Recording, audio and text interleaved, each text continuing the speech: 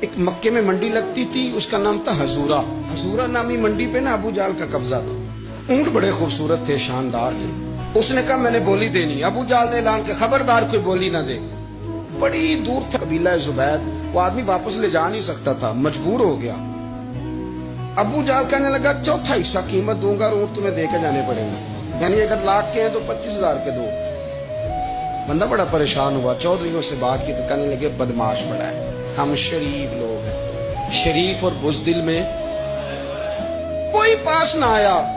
وہ بیچارہ نہ کونے میں بیٹھ کے رونے لگ گیا، کہنے لگا میں کدھر جاؤں یارو، میں واپس بھی نہیں لے جا سکتا، اور چوتھے حصے میں دے کیسے جاؤں، اتنا نقصان۔ وہ رو رہا تھا تو کہیں حضرت زید بن ارقم نے سن لیا۔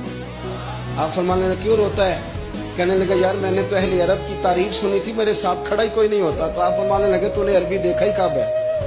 اگر کائنات کا حسین و جمیل عربی دیکھنا ہے تو جا حرم مکہ میں بیٹھا ہے، حرم میں ٹیک لگائے، مظلوموں کے والی، غریبوں کے ماوا، رسول رحمت، ایک سادی سی چادر اوڑے حضور بیٹھے تھے۔ وہ زبیدی کہتا میں آیا، نبی کریم کو بات سنائی، حضور فرمانے لگے اینا الجمل کا، او کدھر ہے تیرے اونٹ؟ عرض کی حضور وہ وہاں ہیں۔ فرمایا چل نا۔ حضور کوئی بولی نہیں لگا رہا، کوئی خرید نہیں رہا، ابو جہل گھنٹا پڑا، اس کے ڈر سے سہم گئے۔ حضور فرمانے لگے چل نا، میں بولی لگاتا ہوں۔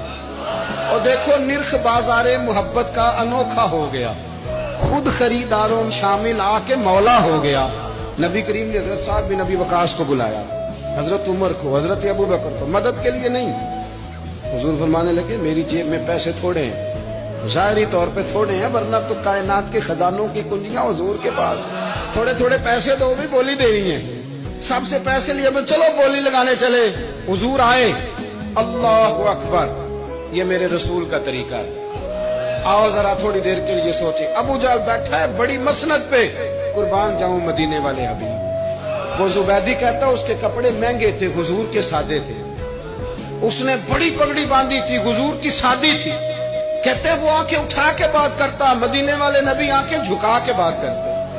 وہ بولتا جاتا، حضور تھوڑے تھوڑے سادے سادے ٹھہر ٹھہر کے جملے بولتے۔ کہتے ہیں نبی کریم علیہ السلام اس کے ساتھ آ کے حضور بیٹھ گئے اور فرماتے ہیں میرے رسول کریم نے اپنا جبہ سیدھا کیا، پگڑی کو حضور نے سیدھا کیا اور فرمایا چل لگا بھائی بولی۔